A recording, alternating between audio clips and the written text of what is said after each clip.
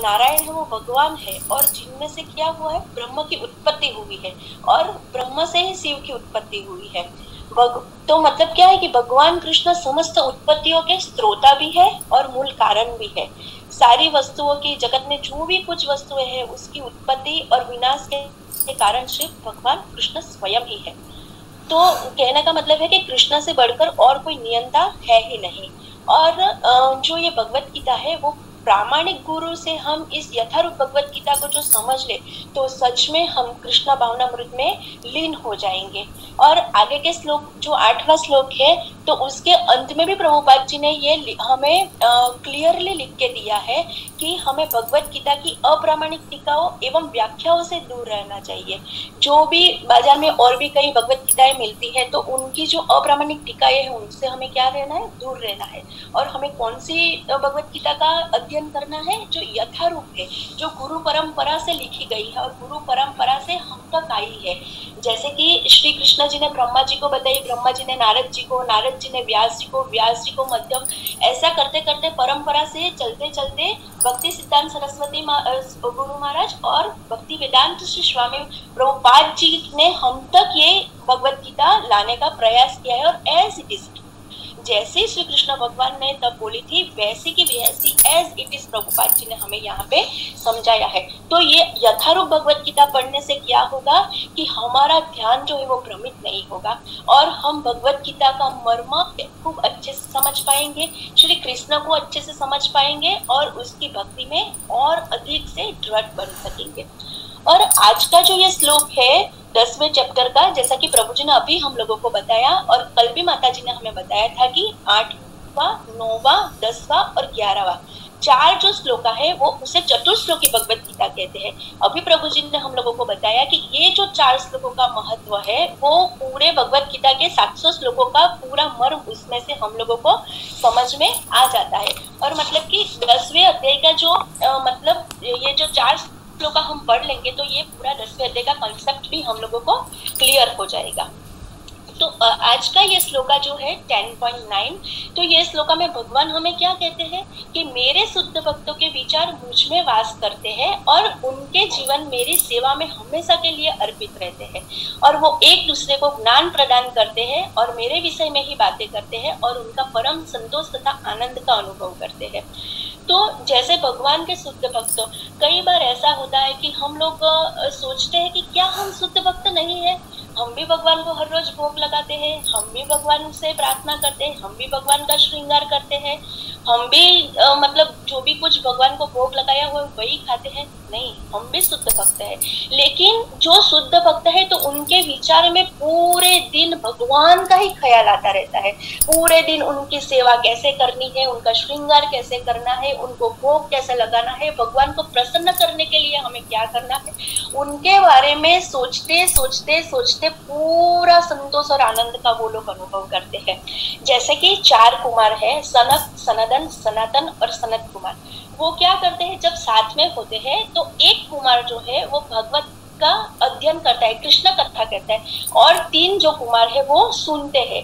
उसी तरह जो शुद्ध भक्त होते हैं वे क्या करते हैं कि भगवत ज्ञान और कृष्ण कथाएं और भगवत गीता का ज्ञान सब भक्तों में आदान प्रदान करते हैं और परम संतोष का, आनंद का अनुभव करते हैं और दिव्य, और जो वो आनंद प्राप्त करते हैं वो दिव्य आनंद की कोई भी तुलना नहीं है।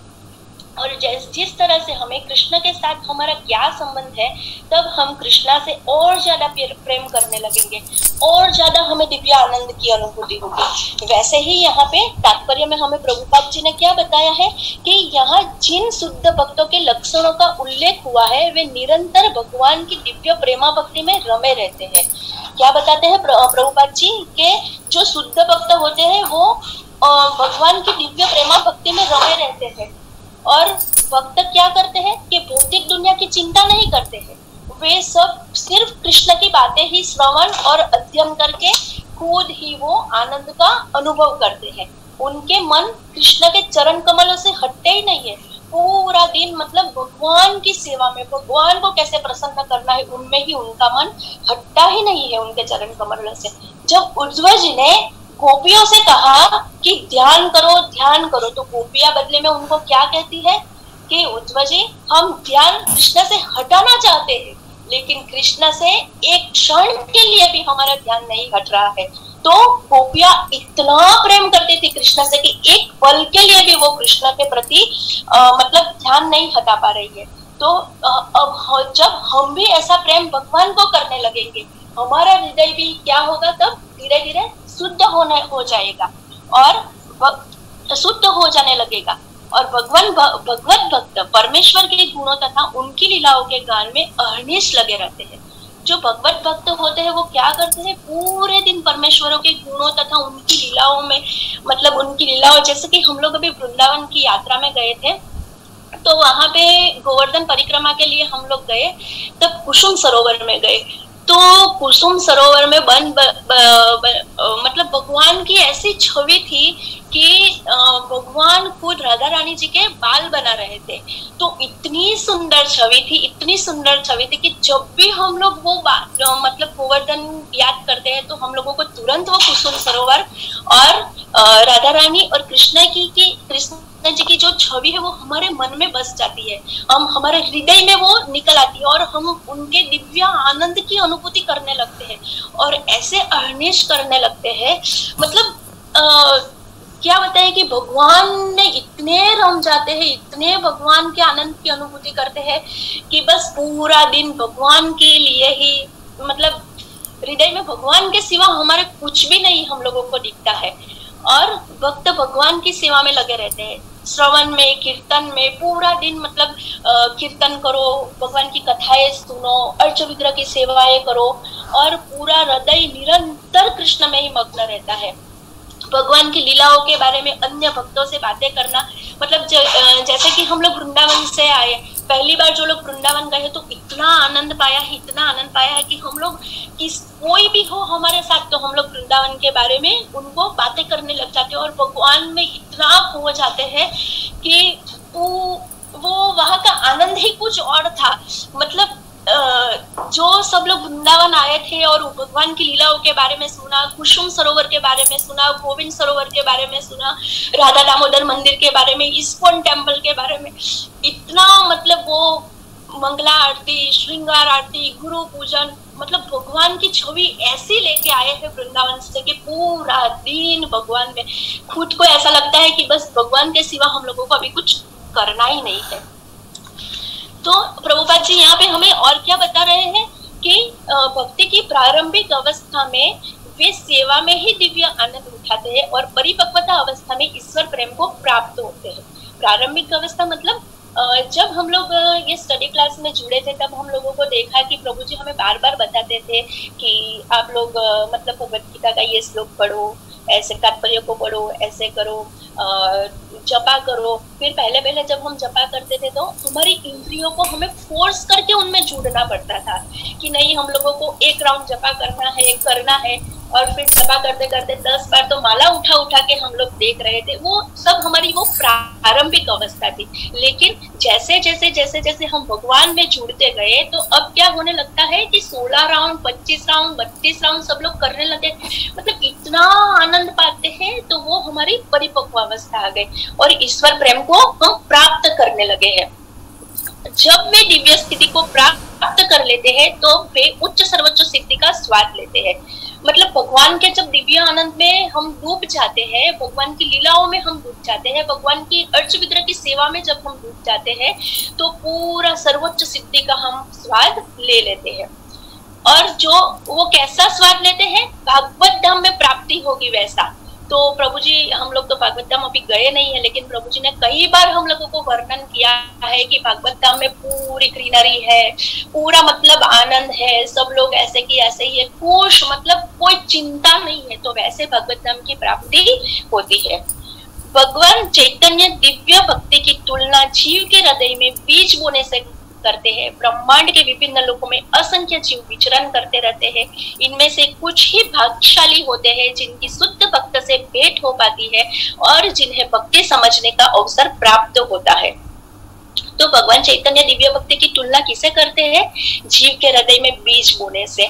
जब हम बीज बोते हैं और उसको सींचते हैं तभी वो पौधा बनता है, और जब पौधा बनेगा तभी उसमें फल और फूल आ सकेंगे।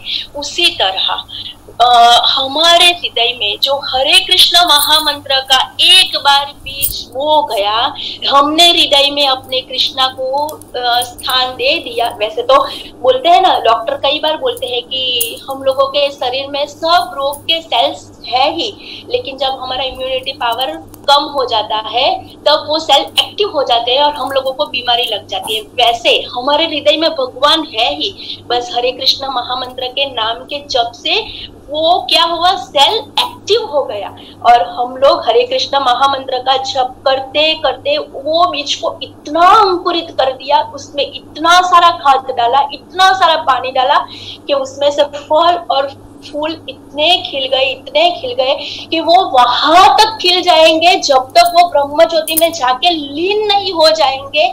और जो गोलोक वृंदावन है, वो गोलोक वृंदावन धाम में हम वहां को भगवान की शरण में नहीं पहुंच जाएंगे तब तक ये बीज हम लोग बोते जाएंगे। भगवान का श्रवण, कीर्तन, अर्च विग्रह की पूजा, भगवान को प्रसन्न करना, भगवान को भोग लगाना, बस मतलब भगवान के ही कार्यों में अपनी इंद्रियों को लगाना। अंततः यह पौधा भगवान के चरण कमलों की शरण प्राप्त करके ही विश्राम पाता है। मैंने बताया वैसा कि एक बार हरे कृष्ण मंत्र का जब हमारे हृदय में बैठ गया, उसका बीज बो गया, तो फिर क्या होगा, वो पौधा कहाँ जाके विश्राम लेगा? भगवान के चरण कमलों में, गोलोक वृंदावन में जाके। जिस प्रकार पौधे में क्रम से फूल तथा फल आते हैं, उसी प्रकार भक्त रूपी पौधे में भी फल आते हैं और कीर्तन तथा श्रवण के रूप में उसका सिंचन चलता रहता है। जैसे हम बीज बोए, बीज में हमने खाद डाला, खाद में हमने पानी डाला, नियमित से उसका सिंचन करते रहे। जैसे जैसे हम नियमित उनका सिंचन करते गए, वैसे वैसे पहले फूल आएगा, फिर उसमें फल आएगा।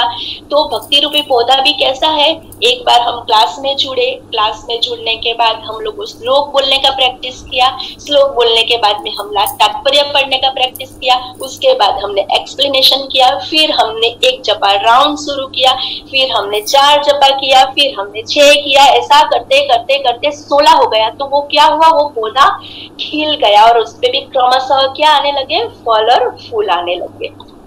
और वो फल और फूल कैसे आते हैं? भगवान का कीर्तन, श्रवण और कीर्तन और श्रवण। हम लोग जब वृंदावन अभी गए थे इस्कॉन टेम्पल में, तो मतलब पूरा सुबह से मंगला आरती से लेके रात तक बाहर मंदिर के कैंपस पे, मंदिर के बाहर, मंदिर के अंदर पूरा दिन मतलब कीर्तन ही चलता रहता है। एक व्यक्ति, एक भक्त ऐसा ना हो जो कीर्तन में पार्टिसिपेट ना हो और उनके हृदय में ये भक्ति का बीज ना बोया हो। और आगे प्रभुपाद जी हमें ये बताते हैं कि चैतन्य चरितामृत में मध्य लीला अध्याय 19 में भक्ति रूपी पौधे का विस्तार से वर्णन हुआ है। वहां यह बताया गया है कि जब पूर्ण पौधा भगवान के चरण कमलों की शरण ग्रहण कर लेता है तो मनुष्य पुण्यता भगवत प्रेम में लीन हो जाता है। तब वह एक क्षण भी परमेश्वर के बिना नहीं रह पाता, और जिस प्रकार की मछली जल के बिना नहीं रह सकती, ऐसी अवस्था में भक्त वास्तव में परमेश्वर के संसर्ग से दिव्य गुण प्राप्त कर लेता है। तो चैतन्य चरितामृत में भगवान ने यहाँ पे भक्ति का वर्णन बहुत ही विस्तार से बताया है, लेकिन हम लोगों को प्रभुपाद जी ने यहाँ पे थोड़ा शॉर्ट में बताया है कि ये जो पूर्ण पौधा है वो भगवान के चरण कमलों की शरण ग्रहण कर लेता है। मतलब भगवान को पूरी तरह से सेल्टर हो जाता है कि भगवान अब जो आप हमारे लिए करोगे वही अच्छा है और कुछ हमें जानना नहीं है। सब कुछ भगवान पे जिस दिन हम लोगों ने छोड़ दिया, उस दिन हम क्या करेंगे, पुण्यता से भगवत प्रेम में लीन हो जाएंगे। और हम कैसे हो जाएंगे, जैसे कि मछली को जल से हम निकाल लेंगे तो क्या होगा, तड़प तड़प के मर जाएगी। वैसे ही एक दिन हम लोग जब भगवान की सेवा ना कर पाएंगे, भगवान के हरिनाम कीर्तन का जप ना कर पाएंगे, तब हमारी हाल कैसी होगी, हम परमेश्वर के बिना बिल्कुल भी नहीं रह पाएंगे। और ये सब कहाँ से होगा, जब हमें एक शुद्ध भक्त से से मुलाकात होगी। और हम लोग इतने सही में प्रभुपाद जी ने यहाँ पे बताया है तात्पर्य में कि कुछ लोग ही ऐसे भाग्यशाली होते हैं कि जैसे शुद्ध भक्त की भेंट हो पाती है। तो रियल में हम लोग बहुत ही भाग्यशाली है, बहुत ही भाग्यशाली है कि हम लोगों को राधा मोहित प्रभु जी जैसे शिक्षा गुरु के रूप में मिले हैं, वैष्णवी माता जी हमें मिली है, और हमारे सब डिवोटीज भी इतने अच्छे हैं, इतने अच्छे भक्त है कि उन लोगों की वजह से आज हम लोग इतनी अच्छे से भक्ति कर रहे हैं और कृष्ण को इतनी अच्छे से समझने का प्रयास कर रहे हैं। ऐसा नहीं हम बोल सकते कि हम लोग पूरी तरह से कृष्ण को समझ लिया है, क्योंकि कृष्ण को समझना मतलब है ही नहीं हमारे बस में, लेकिन हम लोग प्रयास कर रहे हैं। मैं मेरी खुद की बात करूं तो मेरा ध्रुव जपा नहीं कर रहा था, सब नियमों का पालन कर रहा था, और ना तो प्याज लहसुन खा रहा था, ना चाय कॉफी पी रहा था, ना बाहर का खा रहा था, लेकिन एक ही कमी थी, उसमें जपा नहीं कर रहा था।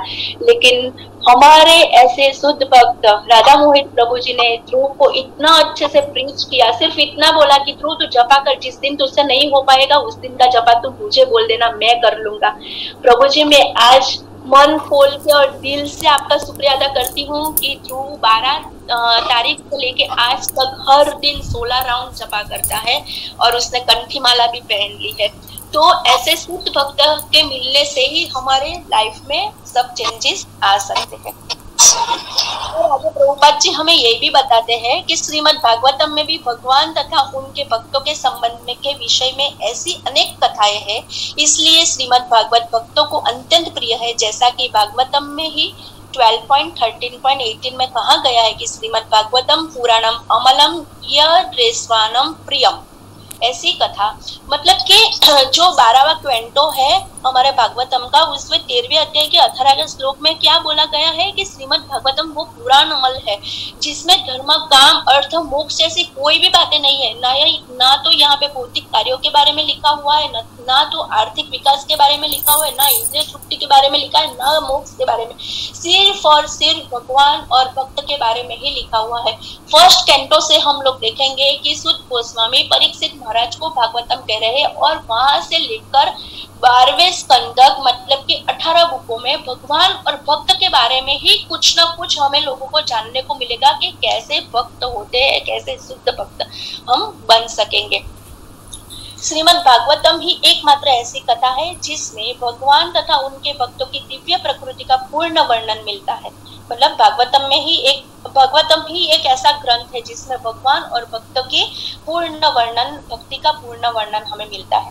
फलतः कृष्ण भावना भावित जीव ऐसे दिव्य साहित्य के श्रवण में दिव्य रुचि दिखाते हैं, जिस प्रकार तरुण तथा तरुणी को परस्पर मिलने में आनंद प्राप्त होता है। तो मतलब एक बार हम कृष्ण भावना भावित हो गए, भगवान के ग्रंथों को हम मतलब अध्ययन करने लगे, उनको सुनने लगे, तो हम लोगों को इतनी दिव्य रुचि आ जाएगी जैसे कि एक प्रेमी और प्रेमिका एक दूसरे को मिलने पे आनंद का अनुभव करते हैं।